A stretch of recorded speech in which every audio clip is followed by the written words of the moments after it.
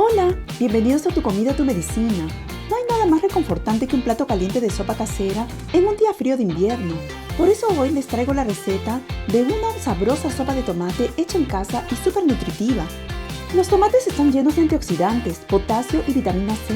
Previenen enfermedades cardiovasculares y fortalecen el sistema inmunológico. Contienen una gran cantidad de fibra, la cual ayuda a prevenir el estreñimiento, mejorando el tránsito intestinal.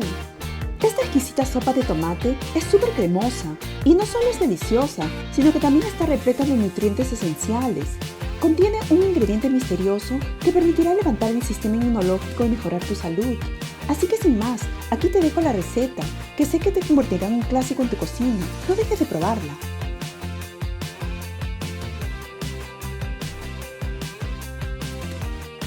Empezaremos poniendo a licuar la cebolla cortada que pide la receta con una taza de agua.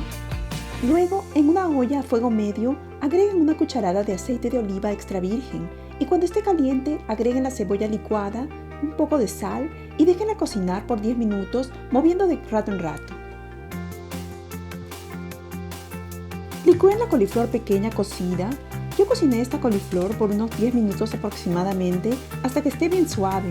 Y bueno, luego la licuaremos junto con los tomates, con la lata de tomates que pide la receta. Si gustan pueden usar tomates frescos. Eso sí, no se olviden de pelarlos y sacarle las pepas para que su sopa quede bien cremosa. Cuando pasaron los 10 minutos y la cebolla ya está cocida, agreguen los tomates licuados, mezclen bien, agreguen sal y pimienta al gusto y una cucharadita de tomillo. Esto le dará un buen sabor. Déjenlo hervir por un par de minutos para que el tomillo suelte su sabor y al final agreguen una taza de leche de coco. Cuando compren leche de coco, asegúrense es leche de coco pura.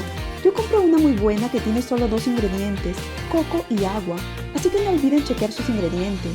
Y esta sopita ya está lista. Sírvanla de inmediato, agreguen croutons o albahaca picadita y a disfrutar.